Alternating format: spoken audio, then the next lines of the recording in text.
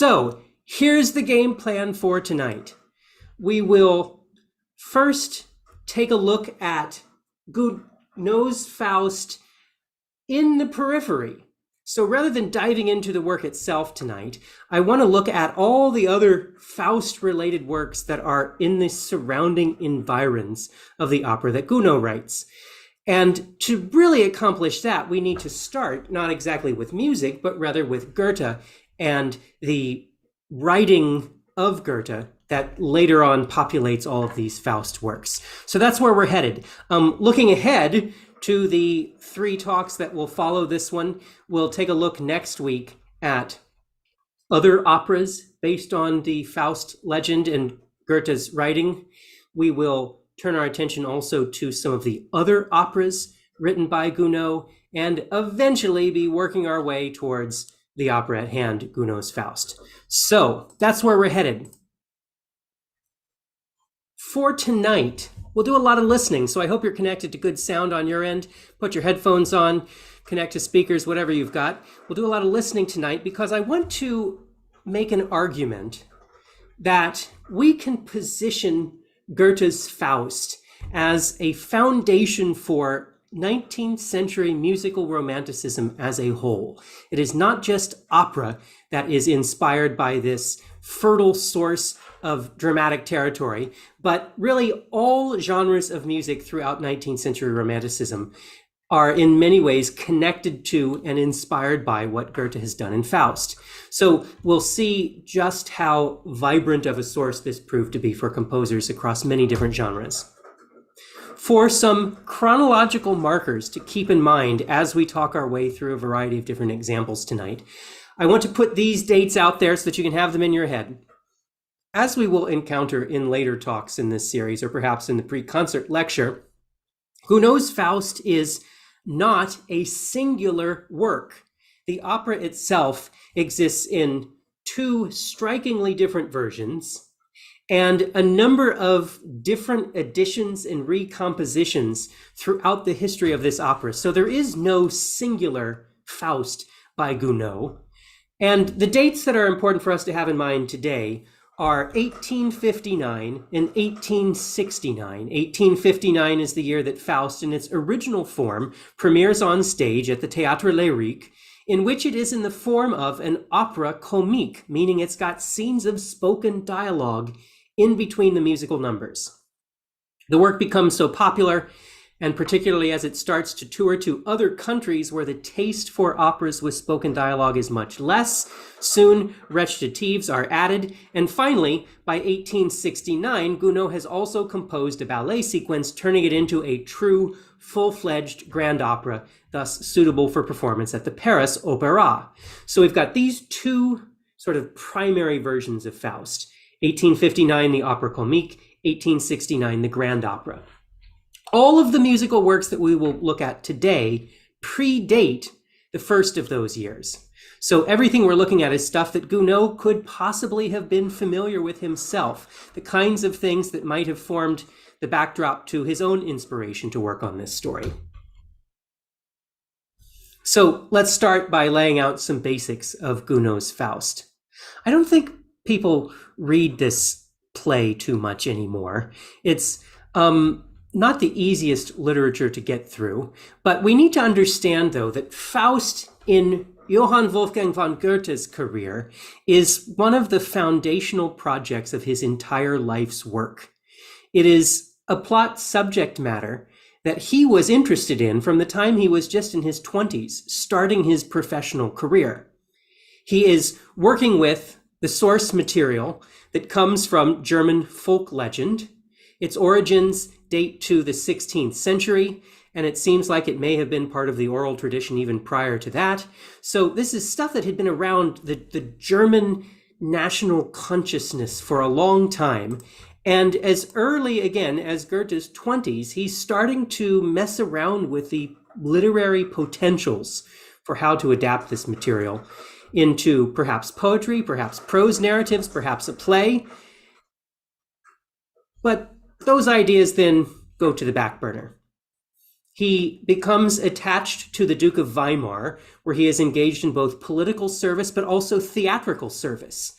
From 1780 to 1818, Goethe is the director of the Weimar Court Theater. And so he gets to know how plays are constructed from the inside out, being a producer of plays, in addition to authoring his own texts for production as plays. So he learns his theatrical basics in a very effective way in this regard. Finally, then we jump to 1806, when across the course of that year, Goethe authors the first of a pair of plays that make up his Faust in total. So we typically refer to this as Faust Part 1. Written in 1806, published in 1808, but he continues tinkering with it, and a final revised version comes out in 1829. This telling of the Faust legend is in many ways straightforward and narrative. This is, I think, the easier reading part of it, and consequently the one that has sort of attracted more theatrical attention in modern times. It is constructed, though, as a series of 27 scenes, each scene separately giving us a little vignette of life in these characters. It is not built into a larger structure of acts. Obviously, a production would have to make decisions about where to make those breaks, where intermissions might occur, etc. But the episodic nature of Goethe's original text has important ramifications for the kinds of things that musical composers will decide to do with it. So Faust Part 1 tells us the story of Faust, the aged doctor who has spent his whole life in pursuit of knowledge, finds it unsatisfying where he has ended up, and thus he makes a pact with the devil in the form of Mephistopheles. And the pact is to grant him a renewed lease on life, a new youth. And with this new youth and his renewed youthful attractiveness, Mephistopheles takes him into all kinds of exciting situations, takes him to bars, takes him to hang out with college students, takes him to see some demonic orgies, all kinds of the fun things that people like to do. But most importantly, though, Mephistopheles introduces Faust to a beautiful young woman named Marguerite. Faust falls in love with her. He seduces her. He gets her pregnant. He then abandons her, and she is thus driven to a mental breakdown of sorts in which, horrifically, she murders her own child. She is arrested for this and ultimately executed. Faust himself has gotten into more trouble because her brother, Valentine, has, in an effort to seek revenge for her stolen honor, enters into a duel in which Mephisto aids Faust in killing Valentine. At the end of the play, however, the outcome is rather surprising, and here we see what Gounod's goal is really all about. This is not, in fact, a moral story. It is sort of a new morality, a humanistic morality that Gounod is trying to advance. For at the end of the play, despite all of the horrible things that have happened to Marguerite, the terrible decisions that she has made, the murder of her own child, etc., she is in fact redeemed. She earns redemption despite the fact that morality of the time, particularly Christian or Catholic morality of the time, would say that she is irredeemable. And yet at the end of the play, Marguerite is in fact saved. So that's what Gounod is dealing with in Faust Part 1. He wants to continue this story because there are questions then about what happens to the soul of Faust himself. He sold his soul to the devil, but given that Goethe is interested in enacting a humanist story, a story of redemption that is, again, in many cases, contrary to the traditional religious sense of how redemption and salvation is earned, Goethe recognizes that he needs a Faust Part 2 to tell this story. By the 1820s, he is underway with that follow-up project. And ultimately, he finally completes it in the year before he dies, in 1831, but he chooses to withhold it from publication until after his death. So it finally appears in print in 1832, a few months after Goethe died. This play is very, very different. It is not narrative in the traditional sense. Yes, it still has named characters, and yes, a sort of plot does unfold, but it engages much more in philosophical dialogue and the kinds of things that really can't be enacted operatically on the stage, since it is not, again, normally plot-oriented. So when it comes to Faust-based operas, it is generally Faust Part 1. That is the basis of the material. This is true for Gounod. Gounod's Faust is entirely focused on selected portions of the 27 scenes that make up Faust Part 1.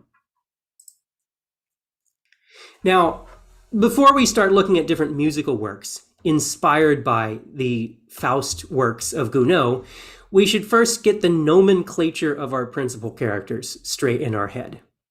On the surface, we've got three individuals that we need to be paying attention to. One, the title character Faust himself, Mephistopheles, our demonic agent, and the beautiful young woman Margareta, whom Faust falls in love with, seduces, and ultimately destroys the life of.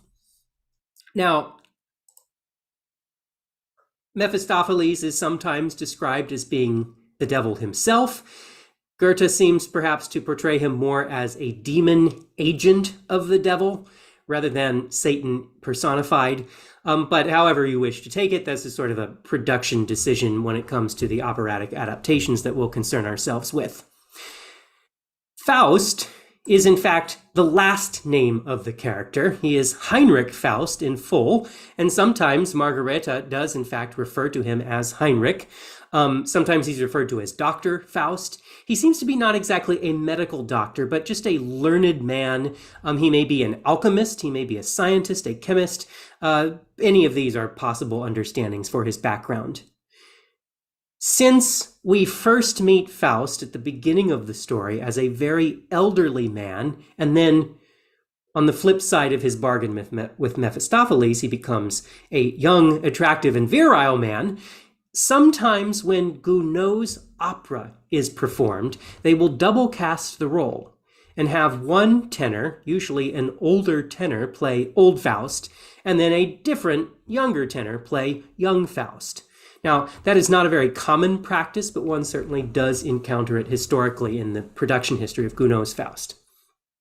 Lastly, then, regarding the character of Faust, we should note that there is, in fact, an historical figure, a German scientist, alchemist, philosopher, and ultimately legendary character, but who was once a real live human being, Johann Georg Faust, who clearly gives his name to this character that enters German legend.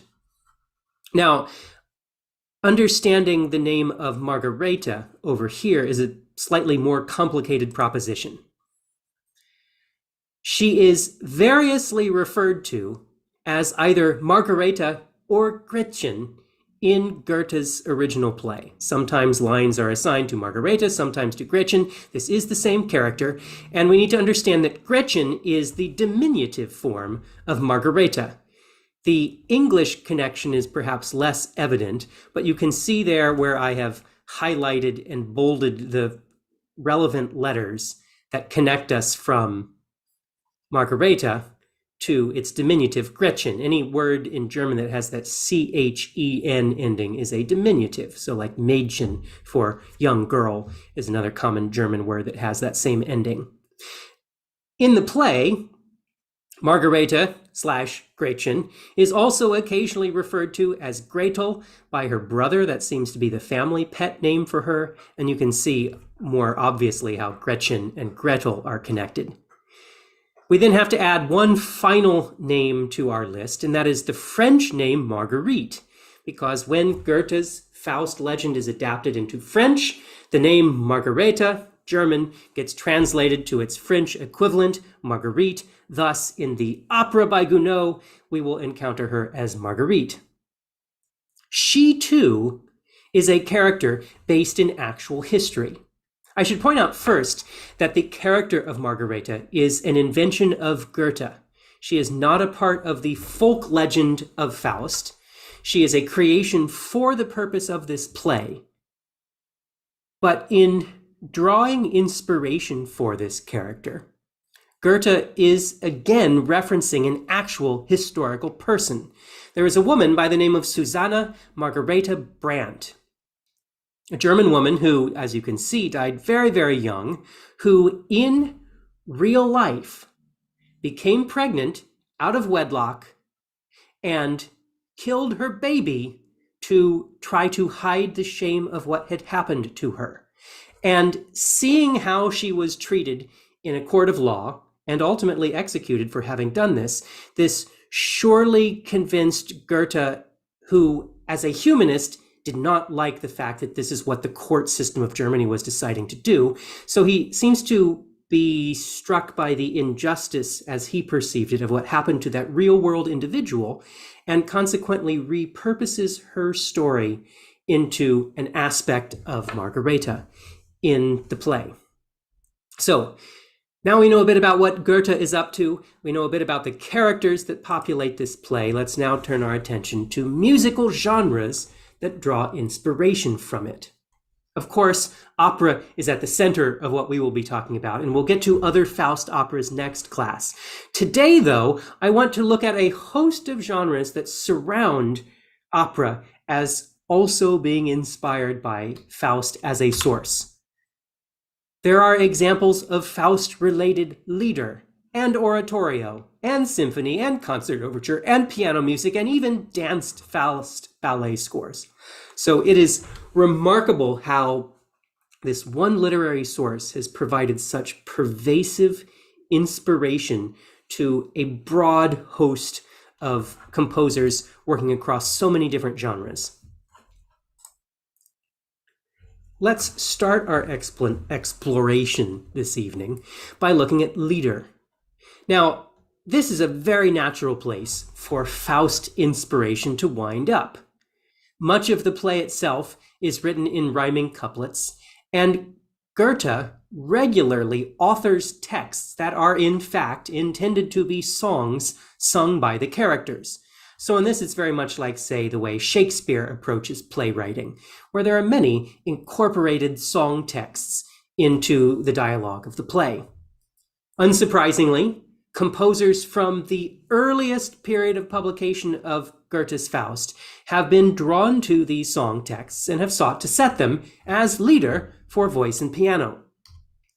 I want to look at a pair of lieder to show us two very different approaches to handling the same text. We'll look at the text that begins in German, Meine Ruhe ist hin, mein Herz ist schwer. Literally, my peace is gone, my heart is heavy. This is a text sung as a song by the character of, here identified as Margareta, although in the other song we'll look at, she is identified as the character of Gretchen. At this moment in the plot, Margareta has already fallen for Faust. He has not yet seduced her. He has not yet fathered a child with her. That is all still to come. At this point, she is simply madly in love with him. And in this particular scene, it's scene 17 of Faust Part 1, Gretchen is all by herself in her room, engaged with her chores. She's operating her spinning wheel, spinning wool into yarn.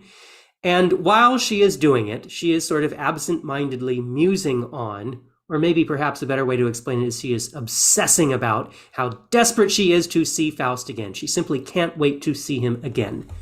The setting that we'll look at first comes by the composer Carl Friedrich Zelter, a composer who is not at all very well known today. He is a very obscure name unless you are a student of early Romantic era lieder. You probably have never encountered any music by Zelter. He, however, was personally acquainted with Goethe, and in this song setting in particular, he treats Goethe's text exactly how Goethe wants it to be treated, which is to say he writes a very simple chordal piano accompaniment for it that very much stays out of the background, allowing the melody sung by the singer to carry the text in a very clear and comprehensible manner. Goethe liked this setting a lot. Let's listen to it now. We'll hear it performed by soprano Andrea Follan, and she will be accompanied on a period piano by the pianist Tom Begin. This is Carl Friedrich Zelter's Margareta, and I'll put the text up on screen while we listen. This comes from a very recent translation that is not entirely literal with the text, but is, though, trying to always replicate the rhyme scheme of Goethe's original. And since this is originally song lyrics, it seems appropriate to encounter the text adapted in that way too. So here's a bit of Margareta.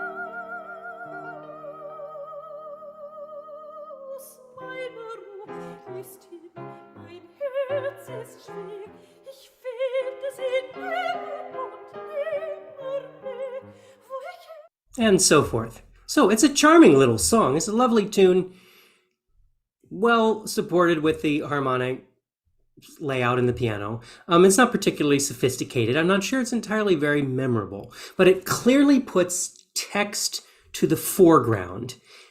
And thus, Goethe, as the author of the text, was very pleased with this style. There is, however, a much, much more famous song setting this same text that I suspect many of you watching may be familiar with. This is the art song by Franz Schubert, given the title Gretchen am Spinnrade. That's the name from the scene in Goethe's play, so he reverts to that rather than just plain Margareta, the character's name, as Zelter had done. This is one of the earliest publications of Franz Schubert. He's only 17 years old when he writes this. And what is remarkable about Schubert's setting is the degree of psychological penetration into the feelings of the character that Schubert achieves here. Schubert tries to be much more literal in setting the scene that is undergoing here.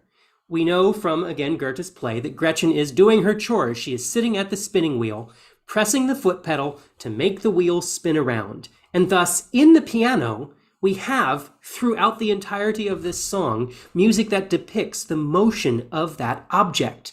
The right hand, with these spinning 16th note figures, up and down, spinning, spinning, spinning, always throughout the duration of the song, while the rhythm of the left hand accompaniment seems to catch the rhythm of the motion depressing and lifting the pedal to make the wheel spin. So he sets the stage there quite vividly.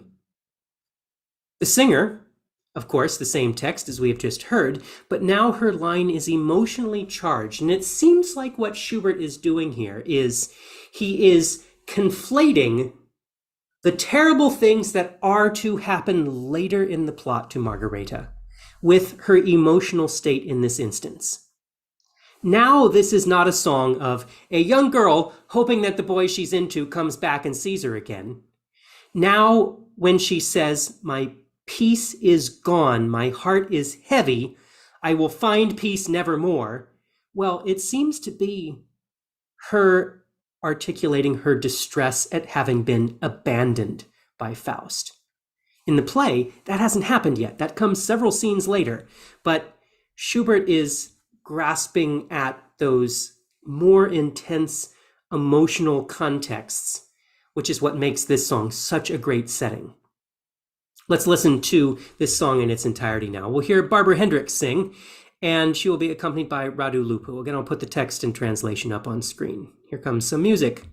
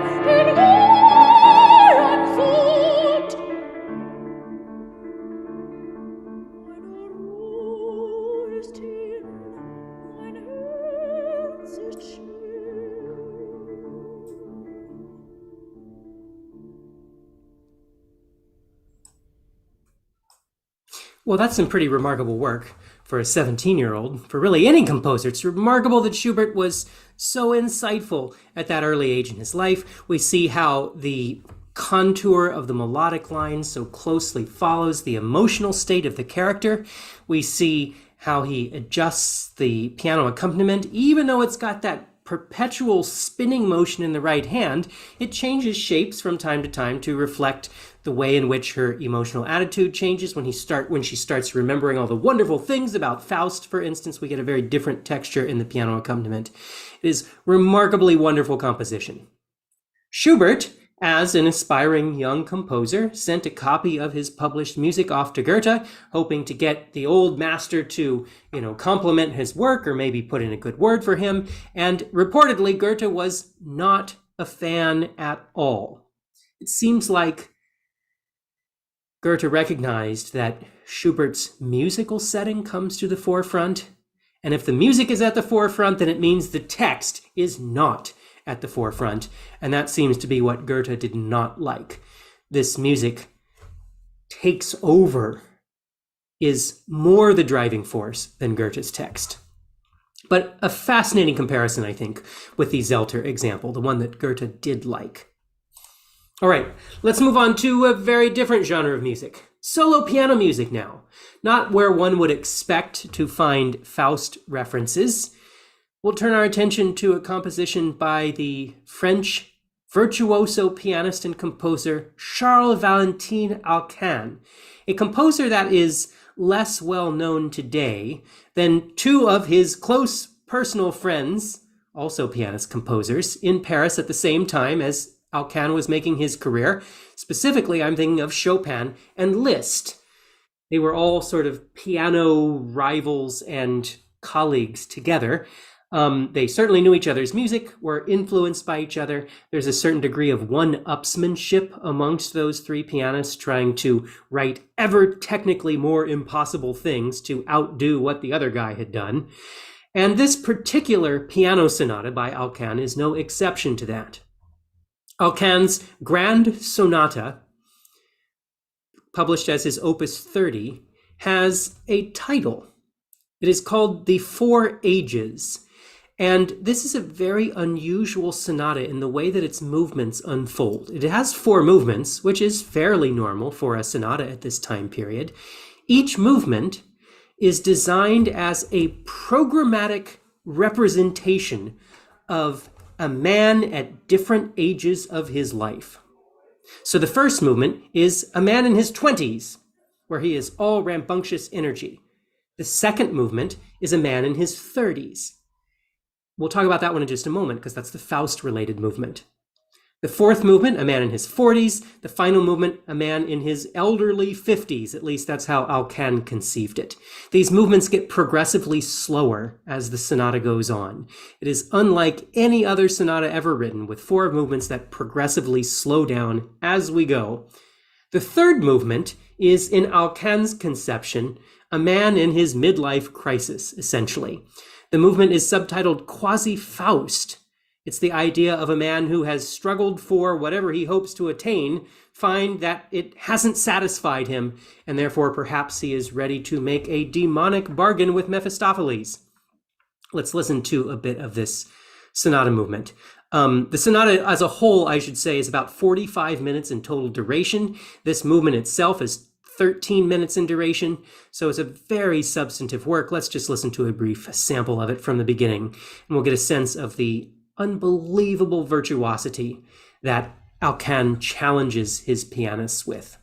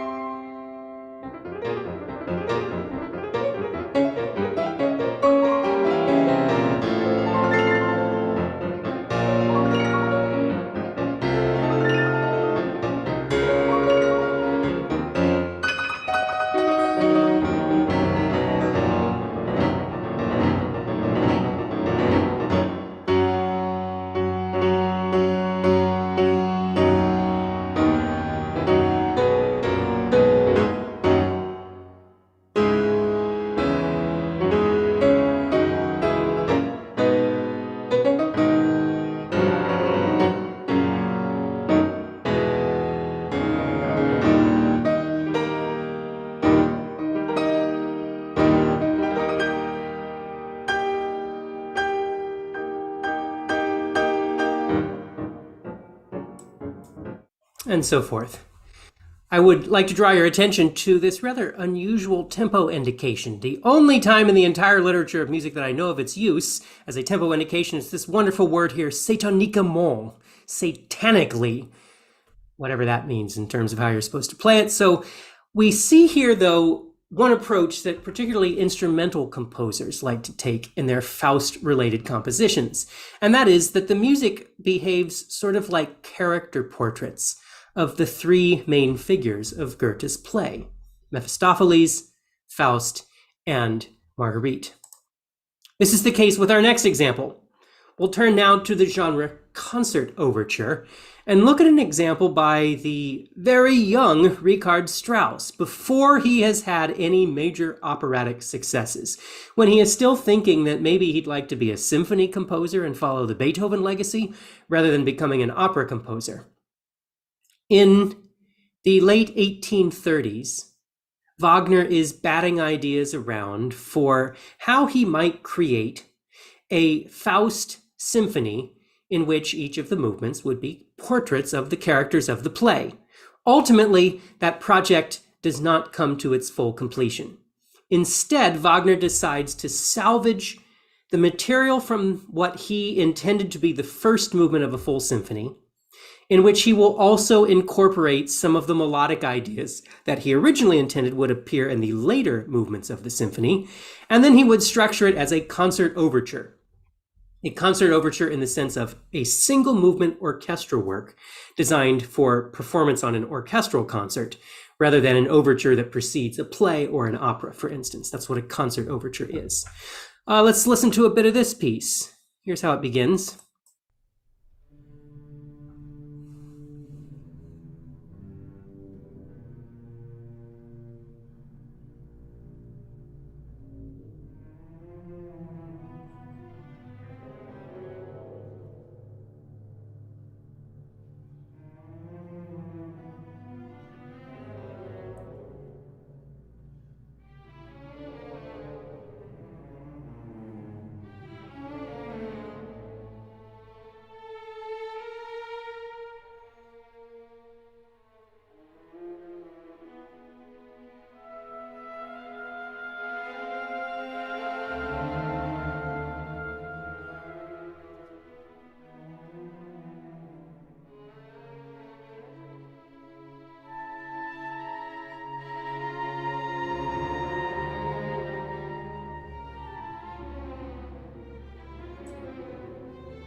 All right, so you've heard this very dark and brooding opening. The idea here is that Wagner is trying to represent the aged Dr. Faust, alone in his study, brooding over his books, distressed about how unsatisfying all his life's work and effort has been.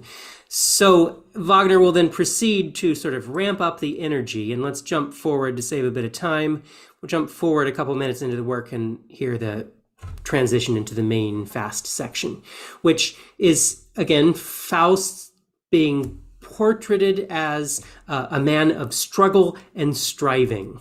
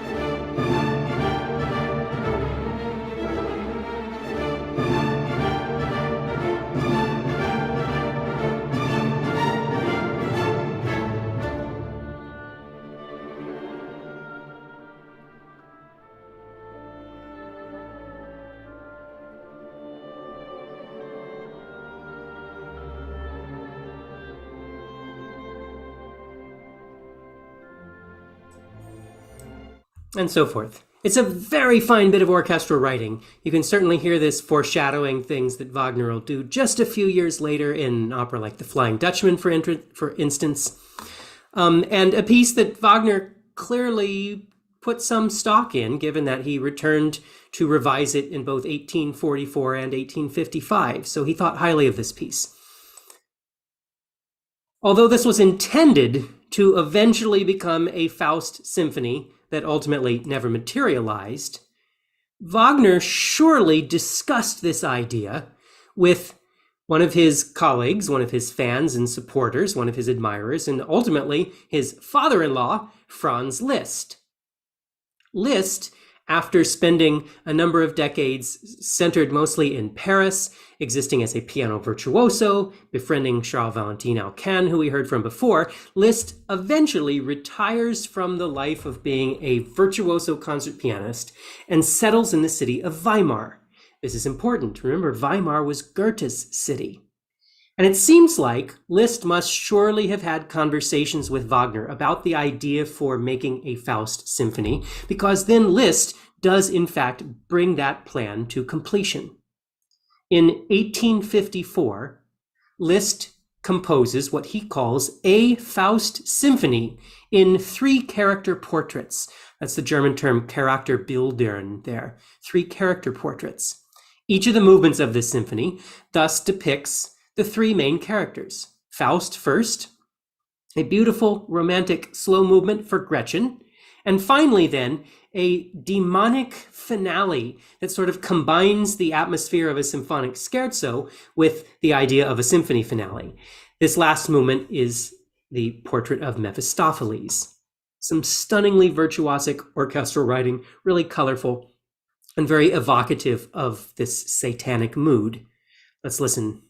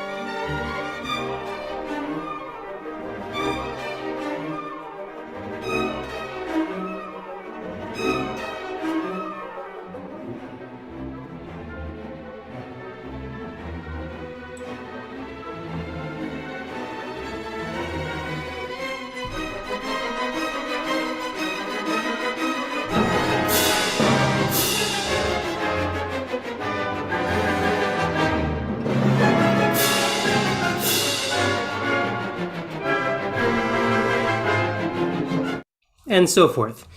Really wonderful orchestral writing, very dramatic, very colorful, very rich. In the progress of this symphony so far, Liszt seems to be focused very much on the first part of Goethe's Faust.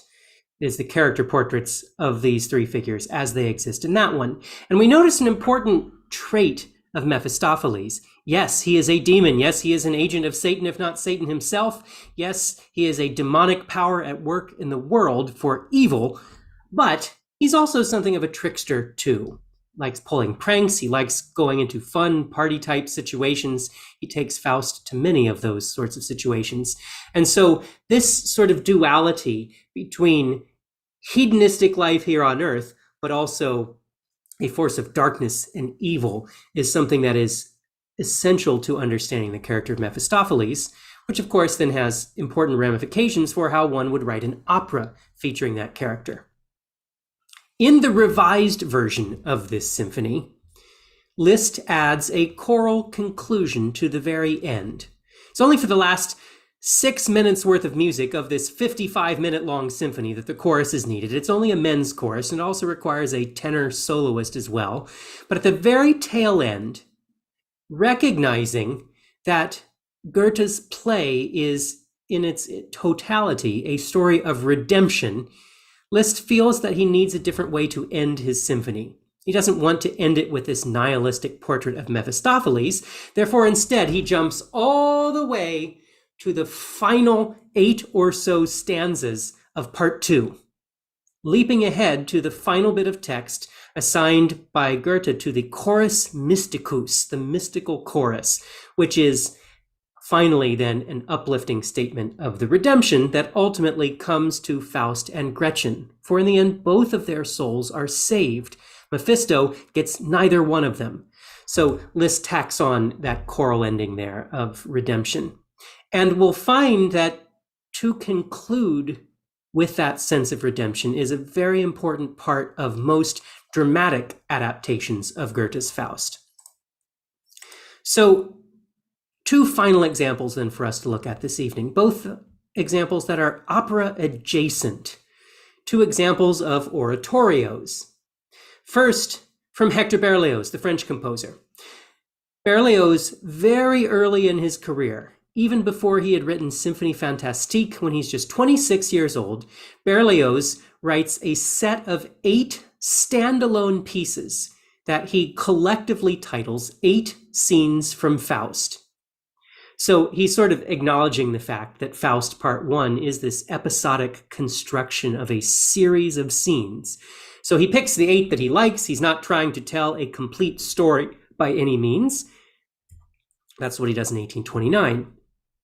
But 16 or 17 years later, Berlioz revisits that material. He revises it, and he adds a number of surrounding scenes, building in more of the plot context that his 8 standalone scenes lacked. And in 1846, he completes a work that he calls The Damnation of Faust. He subtitles it doubly. He calls it both a legende dramatique, a subtitle commonly used for the genre of oratorio, but then its second subtitle, he calls it an opera de concert, a concert opera, something that we at Opera Baltimore, of course, are very, very familiar with. Now, this is concert opera in the very grand sense. It seems like Berlioz chooses not to call this piece an opera because of the fact that it is still rather episodic in nature. It is not a continuous plot through line. And also, he calls it a concert opera because he realizes that he is making, shall we say, relatively unreasonable demands upon an opera company. It includes very challenging orchestral writing. It includes very challenging singing from the vocal soloists, includes ample contributions from large choruses in the plural. So all of these things make it more suited for concert performance, which is what Berlioz had in mind.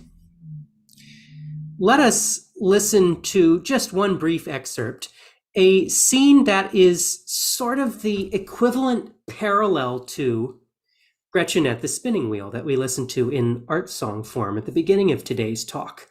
So this comes from near the end of Berlioz's composition, in which Gretchen has been abandoned and she is singing, wishing that Faust will return to her. I'm sorry, I shouldn't have called her Gretchen. This is French music, so she's now Marguerite specifically. It's a lovely aria. Let's get just a brief sample from it. Here is Anna-Sophie von Otter singing.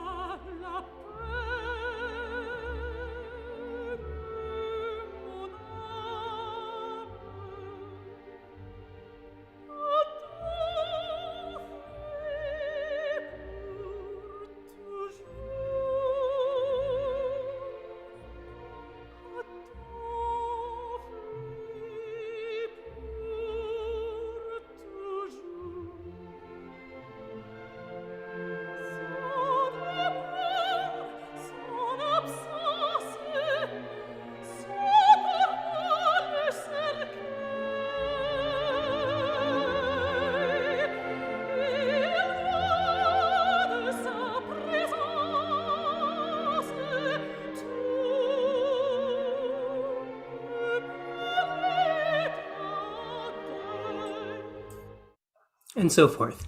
Now, I told you that this was a parallel to Gretchen being abandoned by Faust that we heard from Schubert before. Schubert is so focused on the agitation, the personal turmoil that Gretchen finds herself in, whereas Berlioz, in contrast, for this identical moment, decides to present a very sympathetic portrayal of the melancholy of Marguerite. So it's a very different stance, and something then for us to look forward to see how Gounod handles it when he presents the equivalent or parallel instance in his operatic setting. So Berlioz is, like Gounod, largely focused on the plot of Faust Part 1.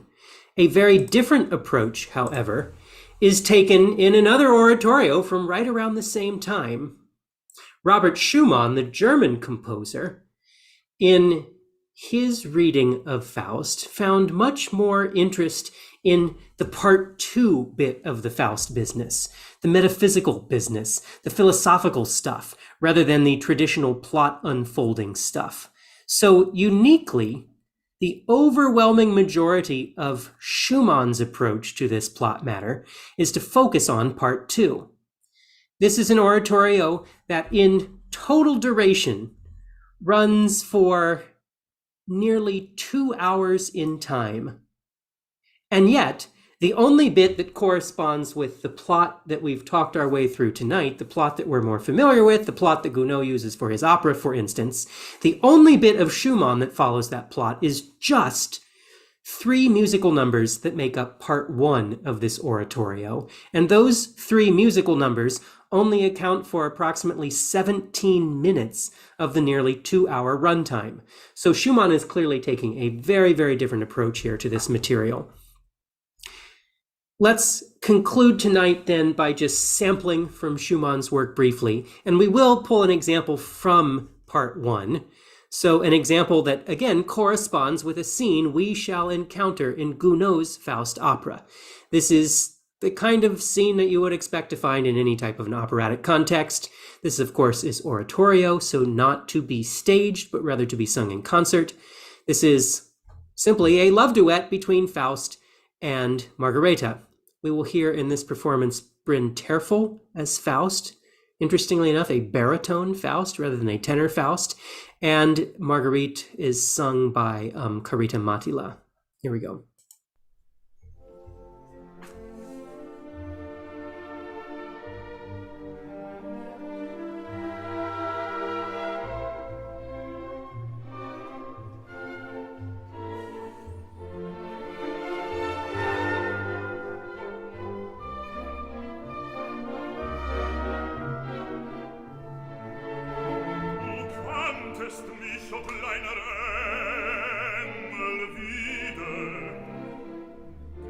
Als ich in den Garten kam, sagt ihr es nicht, ich schlug die Augen nieder. Und du verzeihst die Freiheit, die ich nahm, was ich die Frechheit unterfangen, als du jüngst aus dem Dom gegangen. Ich war bestürzt, mir war das nie geschehen. Es konnte niemand von mir Liebe sagen. Ach, dacht ich doch, hat in deinem Betragen was Freches, Unanständiges gesehen. Es schien ihn gleich nur anzuwandeln mit dieser Dirne grad hinzu.